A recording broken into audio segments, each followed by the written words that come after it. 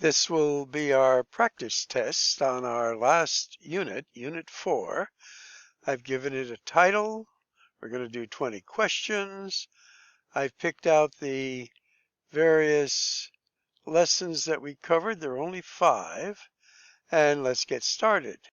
Looking at example 1, we want to find which of these statements is an example of classical probability. Now, to review this, classical probability is related to its mathematical analysis, where if you have a heads and a tails, the probability that you get a heads is 1/2, a tail 1/2, and the total would be 1. So that you're ever going to get a head of a tail, the ratio would be 1 to 1. But if you were to just physically toss coins, and after 100 tosses, you had 55 of one and 45 of the other, based on that tossing, the physical doing of the experiment, that would be considered empirical, while the mathematical analysis would be classical. So with that, take a moment, read these over, and see which one do you think would. Now notice in this one, and this one, they're physically doing some experiment and collecting data. While in this one, Camilla is looking for a mathematical analysis. There are 26 red cards and 26 black cards in a deck of 52. The probability that you would get a red card is 26 out of 52, which would be 1/2. So that would be classical. The others would be empirical. And question 2, again, you're pausing. Figure out what they're asking. Well, here are some letters that are in set A. Here is your universe, which looks like the alphabet, and they're asking you to find a complement. Well, what is a complement? It would be those elements in the universe that are not in A.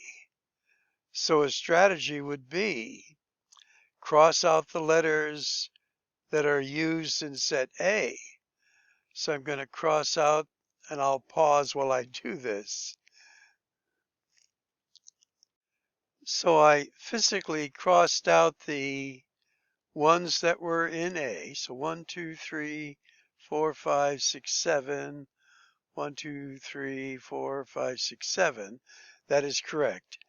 Now here they're asking in set notation. You needed to put the braces in there and then list those elements of the alphabet you haven't crossed off. And at the end, do not put a comma after the Z. Okay. So pause, take a moment to read this over, and be careful because this is a tad tricky. So they're asking you, what is the probability of choosing a queen for a second card drawn?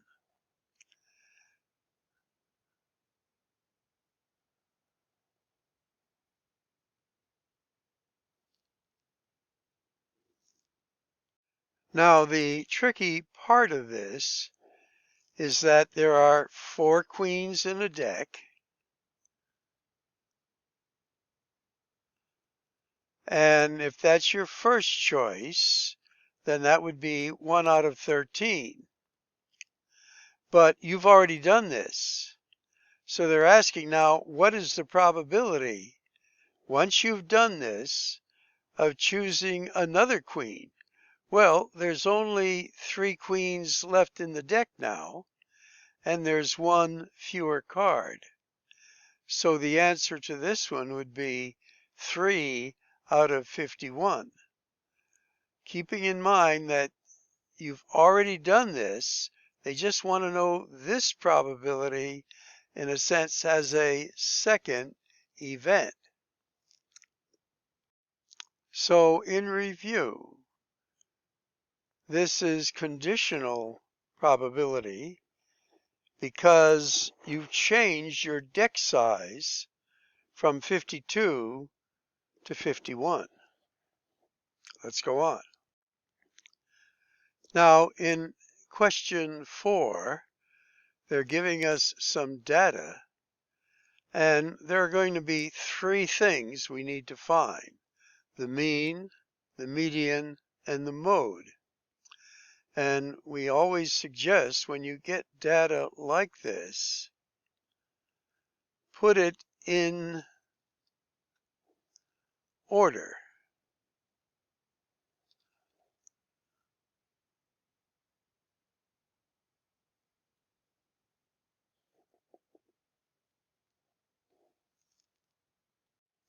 So I've listed them from lowest to highest.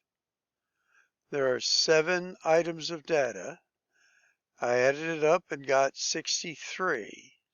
Divided by 7 gives me my mean is going to be 9. That's what I'll put here.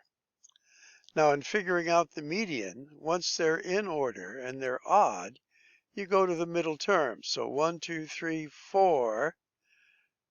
This is the middle term. We have 3 on this side and 3 on this side. So the median will be 6. And for the mode, you're looking to see if any item of data is used more than once, or as we see it here. Now there's a 3 that's used once, but there's a 6 that's used 3 times, and a 14 that's used 3 times. So this would be bimodal, and the values are 6 and 14. And I'll put that data into the system. So for mode, it would be bimodal, and I'm going to put a 6 there and a 14. Now, if we didn't have the 3 in this data, we would have 3 6s and 3 14s. Would there be a mode? And the answer is no. Now you might say they're used more than once, but there is no item of data that's used more times than the other. Now for this question, we're asked to determine whether the events are mutually exclusive. And for this, let me give you some background. Here's a Venn diagram. There's one set, there's another set. There's no connection. This shows disjoint sets. Now here's another Venn diagram.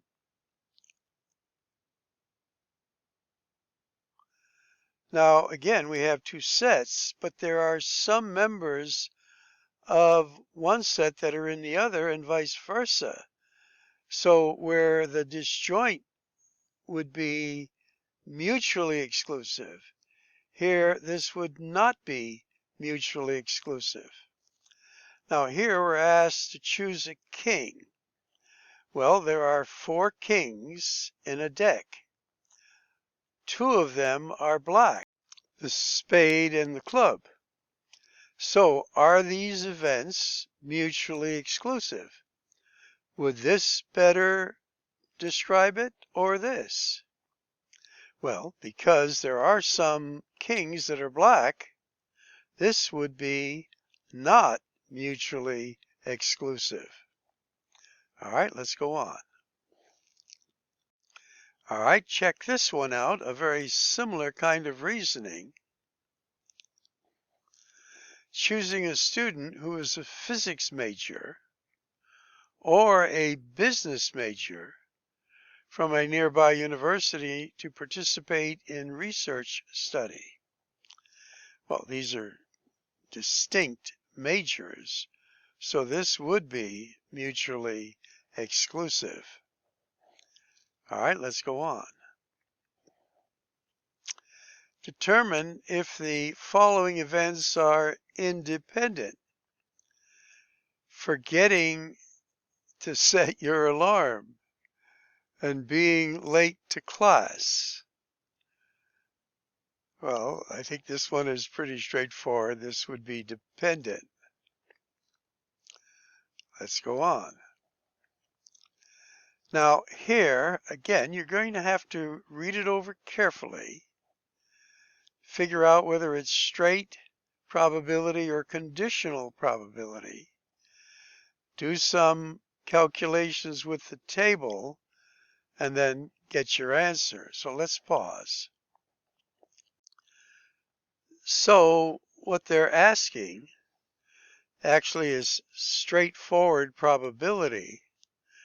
They're giving us the total and they're interested in the males. So as we look at this, there's our males. When I added up this column, I got 828. Here's our total sample space. And I have a calculator that will reduce it in fractional form, but they will accept it in rounded to 4 decimal places. So there's my 4 decimal places. I look at my 5th place. It's a 3, so I'm just going to drop it. So this is what I will put in the answer column. All right, determine if the following events are independent. Robert buys a new computer. Kathy receives a letter from her cousin. Again, these are pretty straightforward. This is independent. Question 10. A fair coin is flipped. Find the probability that the coin lands on either a heads or a tails. Again, you might say the probability of a head is 1/2. The probability of a tail is 1/2. If we add them together, that gives us our total probability, which is 1. So this event is always going to happen. It's going to land on heads or tails. So the probability of always happening is 1. Now, when you roll a die, there's 6 sides. The probability that it's going to be greater than 0 would be 1. How about if it's greater than 7?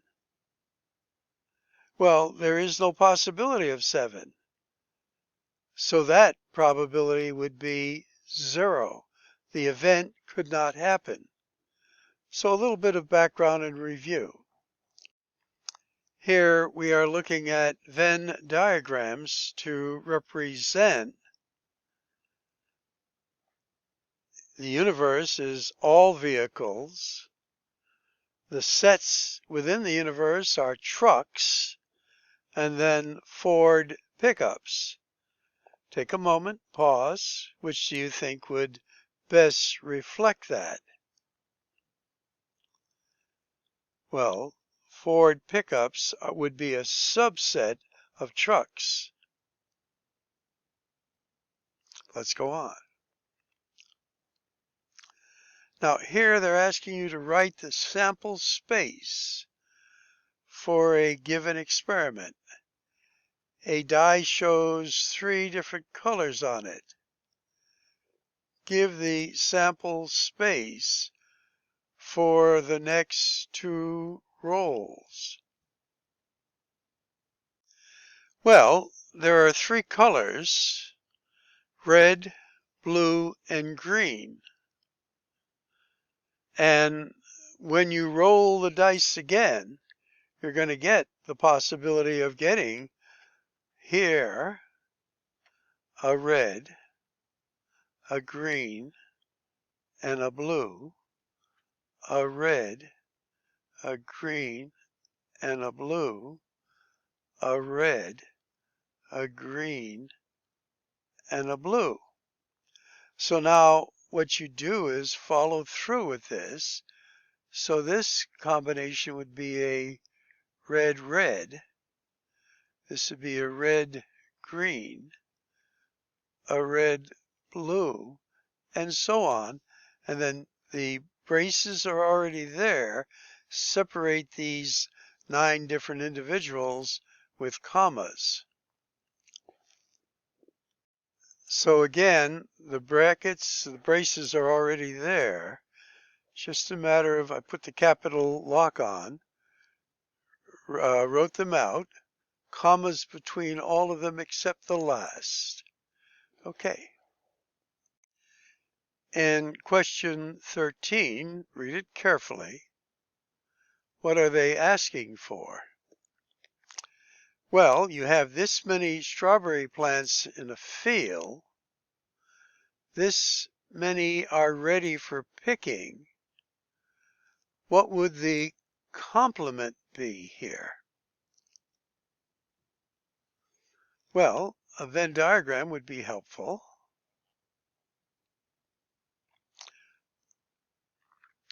Now, your overall universe is 259. Those that are ready for picking would be 142. So what would be left in the universe? That would be in this part. If you subtract this from that, you get 117. So if this is A, then 117 is A complement. And that's what they're asking for here. So in our answer column, we're going to put in 117. Number 14. 66% of 19-year-old males are at least this many pounds. Again, they're asking us for the complement. So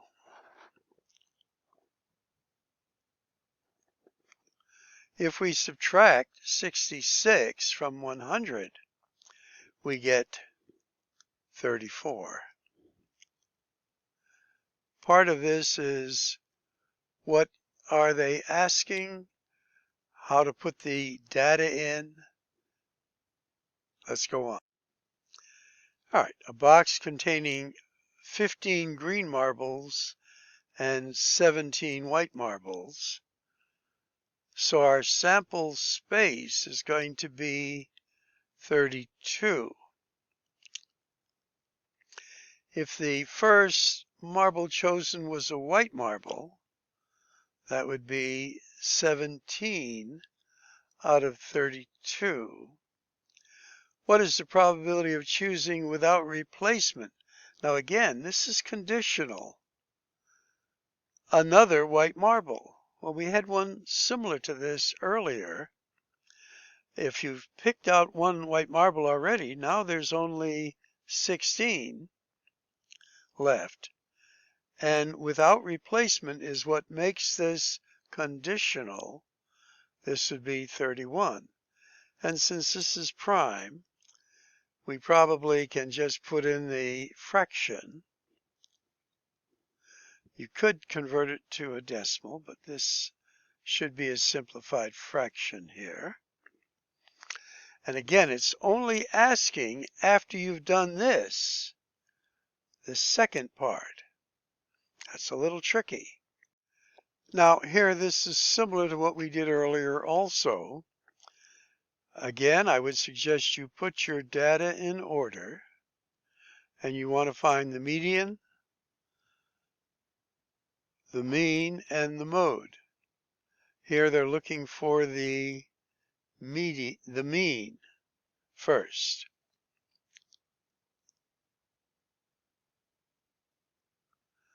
So I've put it in order.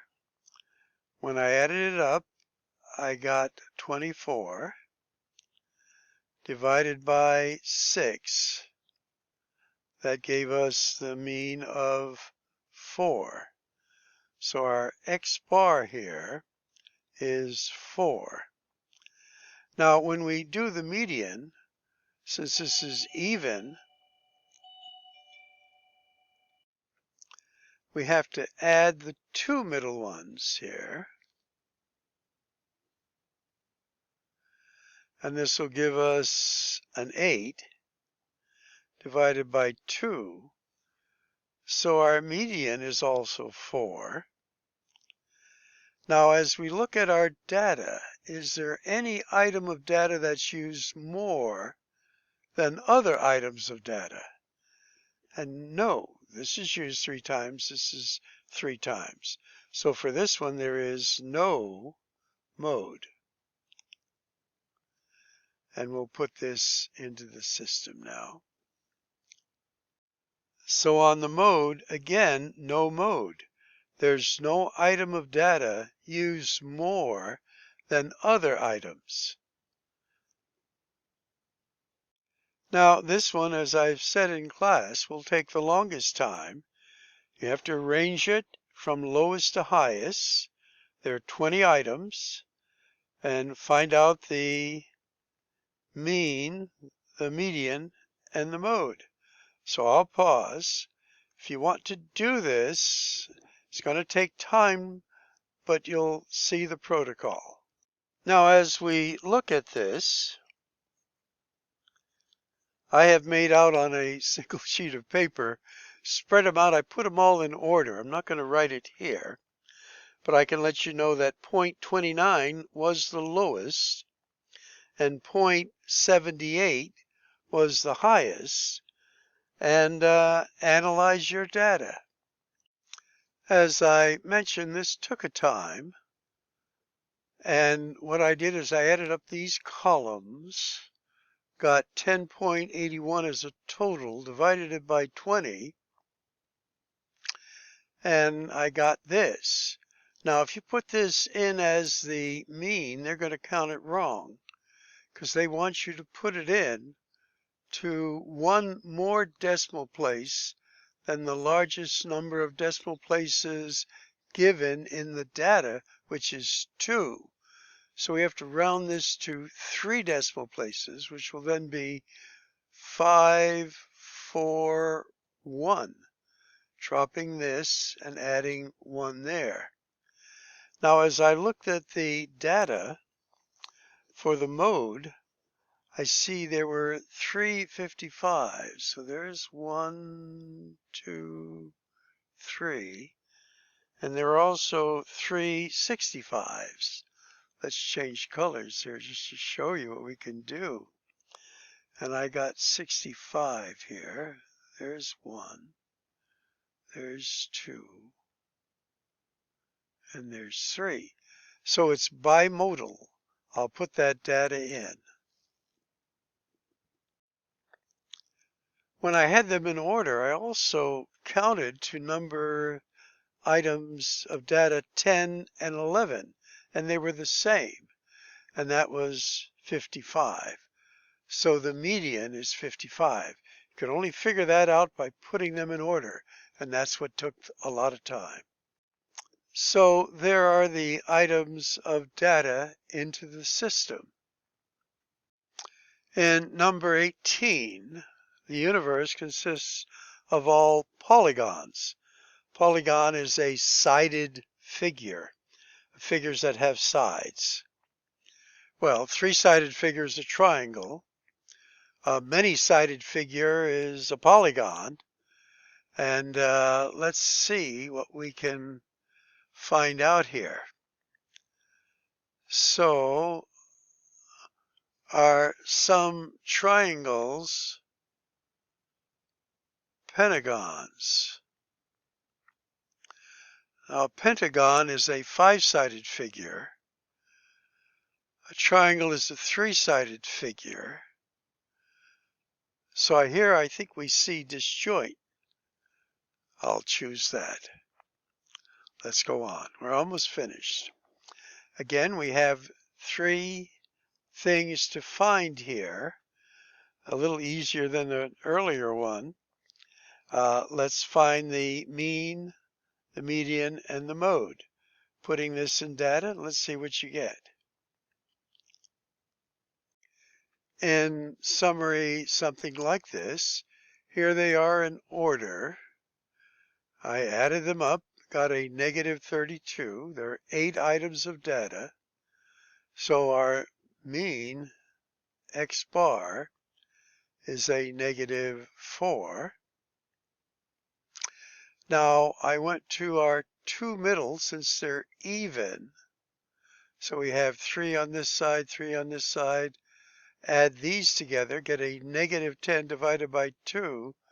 So our median would be a negative 5. And then looking at what our data represents, is there any used more than any others? Yes, the negative 13 is used twice.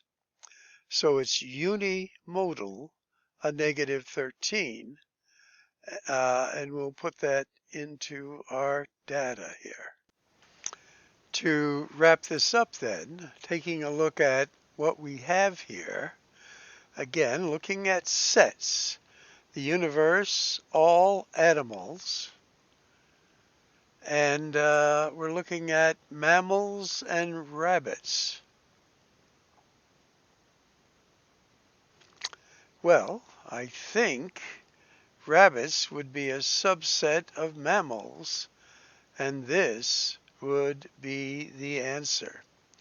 Okay, well, it was a variety of things you're going to study as you prepare for your Unit 4 test.